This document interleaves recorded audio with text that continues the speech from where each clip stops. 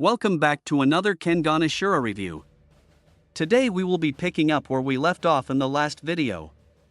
In the previous chapter, OHMA had figured out how to use his Nico-style techniques to its fullest while utilizing his advance. He seems to be putting up a decent fight against the Devil's Lance. But for how much longer can OHMA keep this up before he inevitably dies while using this form? Let's find out today in this chapter. The chapter titled Outclassed kicks off with OHMA and KUROKI in the midst of battle. It seems as if OHMA is still having a hard time trying to land a hit on KUROKI as we see him dish out numerous attacks. He throws a kick that knocks back KUROKI, but it gets blocked, so OHMA rushes in and tries to land a flashing steel smash, but KUROKI blocks it again. While KUROKI is holding up a strong defense against the barrage of attacks, he remarks that OHMA is truly Nico's pupil. However, KUROKI's blood begins to boil, as he is angered of OHMA's onslaught of attacks, and goes on the offensive. Both fighters engage in a slugfest until KUROKI sends a punch straight to OHMA's face. OHMA sees the attack coming, but KUROKI shifts his arm in a downward motion, and strikes him with his elbow. He follows up with a palm strike, but OHMA uses phantom pace and backs away. Kano Agito observes the battle between the fighters. He notes that OHMA's Nico style is a lot different from the one he knows. The fight continues as we see OHMA moving in circles around KUROKI with his Nico-style footwork.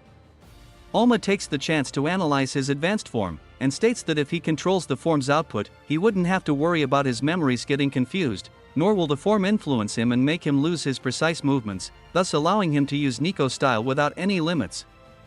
After finishing his analysis, he uses his Nico-style flame kata, Raging Fire, and leaps towards KUROKI. At this very moment, OHMA had finally mastered the two Nico styles, but unfortunately for him, his attack didn't work, as KUROKI swats him away like a fly, shocking both him and Yamashita. The wall of KUROKI Gensai was too high for OHMA to overcome. However, OHMA doesn't give up and immediately rushes back towards KUROKI, trying desperately to land a hit, but he instead receives a Devil's Lance to his chest. He luckily got out of the way in time, and dashes towards KUROKI again, and uses both his Adamantine Kata and Flame Kata, Flickering Flame. While watching OHMA move from point A to point B in an instant, Kyotakuro noticed how OHMA had changed directions while maintaining his top speed. Gozo deduces that OHMA did this by shifting his center of gravity. But as impressive as this move was, it ultimately fails as we see OHMA on the receiving end of an elbow to backhand punch.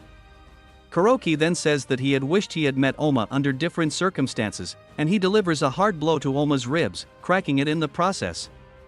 Mr. Yamashita watches the match from afar, and sees that all of KUROKI's attacks are landing effortlessly, but he notes that OHMA hasn't gotten any slower, which means that KUROKI is starting to predict OHMA's movements. KUROKI throws another attack, but OHMA uses Weeping Willow to redirect the impact of the blow. He then punches OHMA on his head, then onto his stomach, inflicting severe damage onto OHMA. He finishes the combo with an elbow strike to the gut, causing OHMA to cough out blood. KUROKI says to himself that he had intended to finish off OHMA with those 5 blows, however, OHMA is still standing, which makes KUROKI question if he had used redirection to disperse the impact. He continues to say that OHMA has even surpassed Nico in his prime as far as the redirection kata is concerned, and compliments him for being a fearsome foe. They both charge towards each other, and KUROKI throws the first attack, but OHMA dodges, and uses his flame and water style kata, Fire Water. However, KUROKI reads this, and proceeds to knock OHMA upwards with a left knee, then bring him back down with a right elbow. OHMA gets back up, but KUROKI immediately karate chops him on his shoulder, and cracks his clavicle, and then hits OHMA with straight punch 6 strikes. Agito continues to observe the fight, and notices that OHMA diverted all of KUROKI's attacks with the redirection kata, which made them miss his vitals. However, Matsudo Katahara points out that OHMA had taken considerable damage despite using redirection. With his back against the wall, OHMA Takeda remembers when Yamashita Kazuo had told him that there might be guys who were stronger than him, and this old man was definitely one of them. But that doesn't mean that OHMA will give up that easily as he uses his water kata Bind of Pisces. We then move on to chapter 233, titled Edge. KUROKI was taken by surprise. The technique OHMA had used was not the secret technique Demon's Bane he had been wary of. Instead, OHMA used the Nico-style water kata, Bind of Pisces. Inaba Ryo and Himuro Ryo cheers for Oma to break Kuroki's arm, but Kure Rian knows this won't work, as we see Kuroki stabs Oma on his leg. The narrator then explains that the Kaiwan style of training does not stop at the hands and feet alone. Every single joint in the body is trained over a mind-bogglingly long span of time. They are solid enough to be used as a spear, and breaking them instantaneously is nigh impossible. After getting stabbed by the Devil's Lance, Oma was forced to undone his hold on Kuroki's arm. Kuroki then kicks Oma while he's on the ground, but Oma gets back up, and starts to analyze the damage done to his leg. Mr. Yamashita sees that Oma got stabbed in the leg and knows that his footwork will be affected because of this. If Oma was able to break Kuroki's arm instantly, the tables might have turned, which is why he put Kuroki in an armbar despite the risks. Unfortunately for Oma, he got the worst possible outcome, leaving him in a tougher situation than before. Oma curses to himself, saying that this is pathetic. He had lost his gambit, and now his speed is going to suffer. Oma knows he's going to have to increase the output of his advance to make up for the injury. If he were to raise the advanced output some more, the Nico style is going to put strain on his body. Suddenly Oma deactivates his advance, which leaves both Yamashita and Miss Akiyama confused. Kuroki then tells Oma that he made the right choice by deactivating his advance, and starts explaining the possessing spirit's greatest flaw. He explains that by the form's very nature of increasing his speed of circulation, Oma's blood loss increases proportionally to its output. If he had maintained the possessing spirit any longer, Oma would have bled out and died. Kuroki tells Oma that he can no longer use advance, and asks him what he will do now.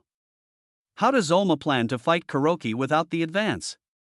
Kuroki then says that he can tell Oma has conviction. Martial arts without conviction is little more than just violence, just as it was with Kiryu Setsuna, whom Oma knows well. He then asks Oma if he chooses death for his conviction. If so, he can at least allow him the honor of burying him. Oma responds to Kuroki, saying that he's not as smart as Nico, so let's save that talk for after the match. Kuroki rushes towards Oma and attempts to strike him, but Oma redirects it. Kuroki then unleashes a flurry of attacks at Oma, and he just redirects them all, making it look like Kuroki's attacks are bending.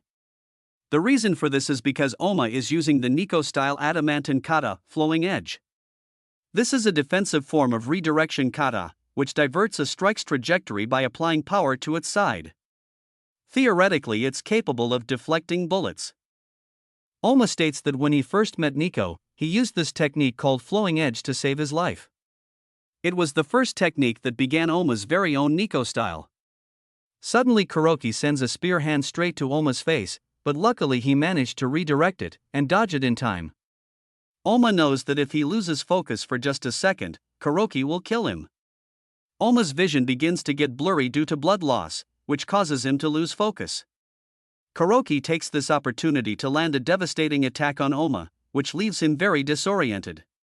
The announcers and Oma's friends begin screaming at him, but Oma can't make out what they're saying, nor can he think clearly, and starts forgetting what he is doing at this very moment.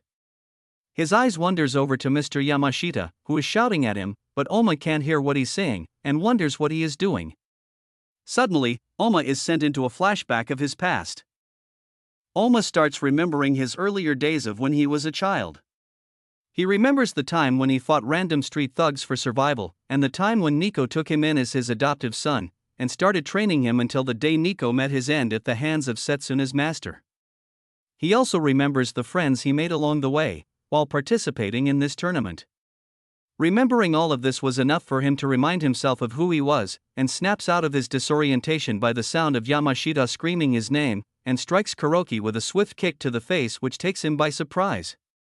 Obama had overcome his despair and formed a fist yet again. That's all for today, folks. Thank you for sticking around until the end. If you want to see the finale of this arc, let me know in the comments. Until then, have a nice day or night.